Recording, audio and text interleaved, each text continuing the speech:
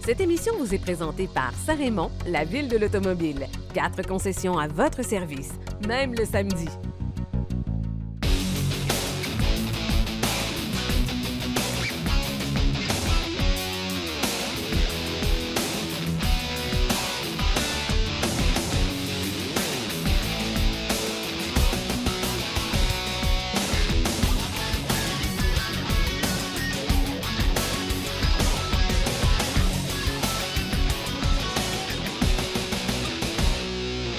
Bienvenue à Virage, bien content de vous retrouver pour une nouvelle saison. Toute l'équipe est de retour en pleine forme. On a quand même travaillé assez fort cet été pour vous présenter quelques petits reportages que vous allez voir au cours des prochaines semaines. Ça va être fort intéressant. Toute l'équipe est de retour. Une partie est ici avec moi en studio. Jacques, bienvenue. Marc Bouchard, salut. Salut. Ça va bien? Ben oui, merci. En pleine forme? Le faux. Oui. Bon, Mathieu n'est pas là parce que, on n'a pas de place à la table. 2, il ne peut pas. Mais il reste que vous allez le voir avec nous aussi tout au long de l'année. Vous avez eu un bel été, messieurs? Oui, très bon, dans mon cas. Oui, un été agréable, là, disons. Ouais, agréable. Ouais. Juste pour vous dire aujourd'hui, à l'émission, avant qu'on commence à parler de notre période estivale, je vais vous dire qu'on va parler un petit peu plus tard du Mazda CX-5. Mazda CX-5, c'est pas une nouveauté, mais on a une primeur. Le véhicule n'est pas une nouveauté, mais il y a une primeur à l'intérieur du véhicule. Je vous en dis un petit peu plus tard. Vous allez voir ça vers la fin de l'émission. On va aussi parler du Porsche Macan et on va répondre à vos questions. 670-9078, poste 230 ou encore virage@telemac.tv. C'est les façons de nous rejoindre. Posez-nous vos questions. On va y répondre au cours des prochaines semaines. Alors, l'actualité automobile, messieurs, au cours de la période estivale, il y en a eu pas mal quand même. Oui, bien, ça y en a toujours. En fait, c'est un perpétuel mouvement, l'automobile. Et on est vraiment dans une période charnière au niveau de l'automobile. Donc, il y a toutes sortes de changements qui arrivent dans tous les horizons, je dirais. Là. Fait que ça se traduit. Il va falloir en parler un petit peu plus tard. Grosse primeur, grosse nouvelle, enfin officialisée. On n'était plus en onde, je pense. C'était juste avant qu'on parte ou durant la période estivale. On a présenté la nouvelle Corvette. Ah oui? Et... Il va falloir en parler. Corvette à moteur central, assez intéressant. Une grosse révolution de ce côté-là. Le Supra. La Supra également. Ça, on va vous présenter le reportage. Oui. Mais tu sais, maintenant, antérieurement, on avait les nouvelles voitures qui arrivaient en septembre ou en octobre. Mais maintenant, il y en arrive au cours de l'année, là, il y en arrive une couple par mois qui arrive ici et là, ou même davantage. Alors, au cours de cet été, ça a été la même chose. Il s'est présenté des nouvelles voitures un peu ici et là, et qu'on va avoir l'occasion de pouvoir jaser dans les prochains reportages. Porsche sort une voiture électrique. Oui. On va en parler au cours des prochaines semaines, peut-être même la semaine prochaine ou l'autre. Oui, Donc, en fait, ça, c'est des... C'est dévoilé demain, en fait. C'est dévoilé le 4 septembre, exactement. Donc, on va être capable d'en parler, de dévoiler les grandes lignes de cette voiture-là. Puis si on est plus proche chez nous à Québec, bien là, on a eu un tramway qui est officialisé au niveau Oui. du financement. Bon, il n'y a personne qui s'entend encore à savoir si c'est une bonne chose ou pas, mais il y a un tramway qui est officialisé, Il y a un effectivement. tramway, je vais vous en parler dans deux instants. Il y a un troisième lien qui fait jaser de plus en plus. Oui. Parce que, bon, oui, non, payage, pas payage, on le sait-tu, on le sait pas, tunnel, pont. Là, on sait que c'est un tunnel. Donc, il y a des choses qui se sont précisées au cours de la période estivale. C'est un dossier qu'on va suivre de très, très près. Puis, il y a les fameux travaux.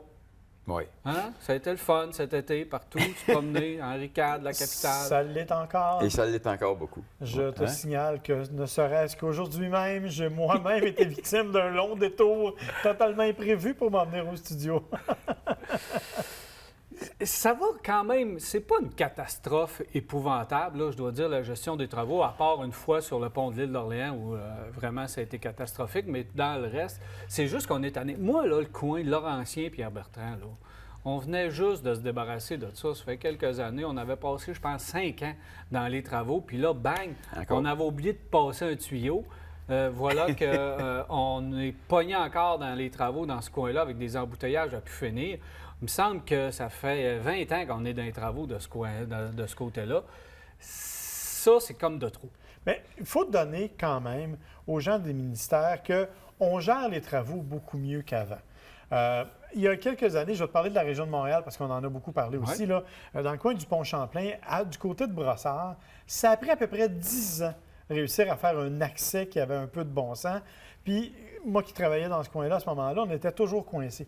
Or, quand ils ont fait le pont Champlain, qui est maintenant complètement ouvert des deux côtés, l'échangeur Turcot, dont une bonne partie est réouverte, tu n'as plus ces congestions-là, tu n'es plus aussi coincé que tu l'étais auparavant. Ils ont vraiment mieux géré ça. À Québec, c'est la même chose. Henri IV, écoute, ça aurait pu être une solide catastrophe, là. Il nous ramené à attendre jusqu'à Lévis longtemps. Mais finalement, ils ont réussi à gérer les planifications. Et honnêtement, moi, je suis impressionné. Je suis tanné, là. Je suis un petit peu écœuré d'avoir des comptes partout, mais je trouve ça quand même assez génial, la façon dont ils ont géré la planification des chantiers et la planification de la circulation. Oui, on est coincé dans des embouteillages, mais on n'est pas là pendant des heures ou à de très, très rares occasions. Alors honnêtement, je suis assez impressionné. On traverse Québec, si on veut, là, du pont aller vers, je sais pas, l'île d'Orléans ou quelque chose, ou vers le Saguenay. En bas d'une demi-heure, là, tu sais, ça va quand même relativement bien. Ça va bien. Ça va Il bien. s'agit juste de prendre son temps. Ce qui arrive, c'est les gens qui sont trop pressés et qui ne sont pas capables de suivre, même seulement qui suivent les vitesses qui sont affichées à 50 ou à 70 km/h, tantôt qui essaient d'aller plus rapidement. Ça freine davantage et tout ça fait que ça ralentit la circulation. Alors, et là, tu te retrouves avec des camions lourds qui, eux autres, essaient de suivre la limite.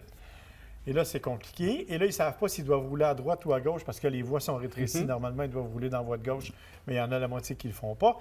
Alors, c'est là que ça devient compliqué. Mais le chantier lui-même, honnêtement, moi, j'ai peu de choses à rajouter. J'ai été surpris à quel point, moi, j'ai regardé et je regardais à chaque fois que je passais les travaux capitales vers Val-Bélair. Donc, on voyait qu'on a refait toute la bretelle là. D'abord, je voulais m'assurer. Je ne sais pas, j'aurais eu du poids, mais je voulais m'assurer qu'on ne fasse pas la même erreur qu'on a faite Laurentien Sud pour de la capitale ouest, où on a fait ça, la sortie simple voie. Ouais. Et là, au moins, on a appris, je pense, parce que, justement, capitale ouest vers Henri IV Nord, là, on a fait une sortie double voie et en béton. Et j'ai été surpris de voir à quel point ça avançait rapidement. Ça a avancé très rapidement. On a fait tout ce coin-là en béton, puis la direction pour aller prendre la capitale également, on voit que c'est pas terminé, mais ça va être également en béton. Donc, l'utilisation du béton... Ça va durer. Et là, de plus en plus pour les routes. Alors ça, c'est vraiment le fun. Il y a beaucoup de travaux de nuit qui se font aussi, qui dégagent beaucoup durant le jour. Qui éliminent un peu les problèmes de pointe. Oui, absolument. Ça, c'est une bonne chose. Et je veux vous entendre, parce que c'est le fun d'avoir vos questions, mais je veux aussi avoir vos commentaires. Cet été, qu'est-ce que vous avez vécu sur les routes? Qu'est-ce que vous avez vu? Quels sont vos commentaires? Les travaux, peu importe. Arrivez-moi avec vos commentaires, puis on va pouvoir les lire en ondes. Ça va être vraiment le fun. Côté automobile, vous avez conduit quelque chose d'intéressant cet été? Moi, je vais avoir l'occasion d'en reparler un petit peu plus tard dans l'émission. Il y a 2-3 modèles que j'ai eu l'occasion d'essayer. Mais effectivement, cet été, ça m'a coûté cher d'essence. Celle dont je vais te parler tantôt, c'est la Lamborghini Urus, entre autres. Et le Challenger SRT Red Eye White Body. Des véhicules qui font 2-3 chevaux chacun. Tu n'as aucune considération pour la planète. C'est incroyable. J'ai hâte que tu t'es promené en motorisé. Toi, en Mercedes, tout l'été. J'ai fait du motorisé. Oui, j'ai fait du motorisé. Puis on a fait du chemin. On a fait du chemin qui nous permet de voir, de visiter au travers de la province, de voir des lieux qui sont drôlement intéressants, de voir aussi que les terrains de camping sont maintenant remplis à pleine capacité.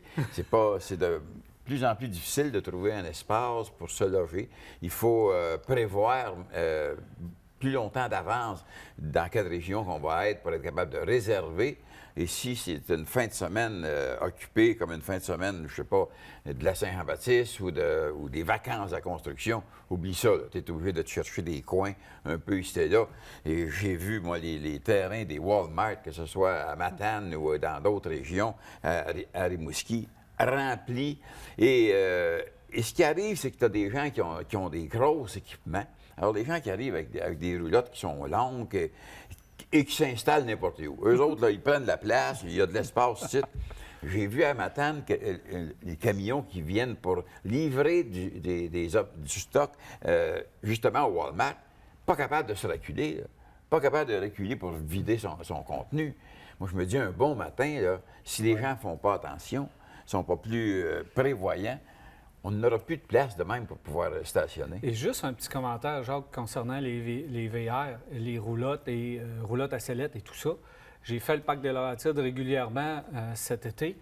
Le nombre de crevaisons, et sur les remorques aussi, Oui, parce qu'il y avait beaucoup de remorques également, des remorques qui transportaient toutes sortes de choses, des motos, des 4 roues, de l'équipement, des chaloupes, des bateaux. Vérifiez vos pressions d'air, vos pneus et vos roulements à billes parce que... Les roulements à billes. Oui. Hein? Les roulements à billes. J'ai vu des gens sur le bord du chemin. J'ai aidé un monsieur sur le bord du chemin où on a réussi à changer sa roue une fois cet été, et je le salue, Normand. On a changé sa roue et on a pris sa roue de secours. On a mis sa roue de secours. Il n'y avait pas d'air dans la roue de secours. Alors, tu sais, tout ça, vérifier ses équipements avant de partir, je pense que ça, c'est un... Oui, c'est primordial. Primordial. Ben oui, Oui, puis ça la allait encore sécurité. plus sur des roulottes, je te dirais. Tu sais, notre voiture de tous les jours, on le sent quand il y a quelque chose. La roulotte, on s'en sert souvent sur une base occasionnelle. Il faut toujours faire ces vérifications-là. Ben là. La tente roulotte, la fameuse tente roulotte avec les... Je ne sais pas pourquoi ils mettent les mettent petites des trous beignes grosses comme dans ça. même, mais c'est épouvantable. Et là, tu pars avec ça, puis tu vérifies pas, puis bang, tu te ramasses avec une crevaison. J'en ai vu quelques-unes. Puis, tu sais, et ces petites roues-là, là, les coussinets, les bearings qu'on appelle, là, tu sais, hey, ils font des tours. 6-7 000 km, c'est l'équivalent. On a fait 40 000 km sur une oui, c'est voiture. certain. faut aller lubrifier les coussinets qui sont là, parce que les roues, ils partent. Tu vois passer une roue autour de toi, là, et c'est surprenant. Tu vas dans le trou. Merci, monsieur. On Plaisir. se parle un petit peu plus tard pour le Mazda CX-5, entre autres, et on va répondre aux questions des gens. Justement, si vous avez des questions, 670-9078, poste 230 ou encore virage-de-telemac.tv ou via notre Facebook. C'est les façons de nous poser vos questions ou encore de nous laisser vos commentaires sur votre période estivale à vous. Fin de pause à Virage et au retour, Porsche Macan.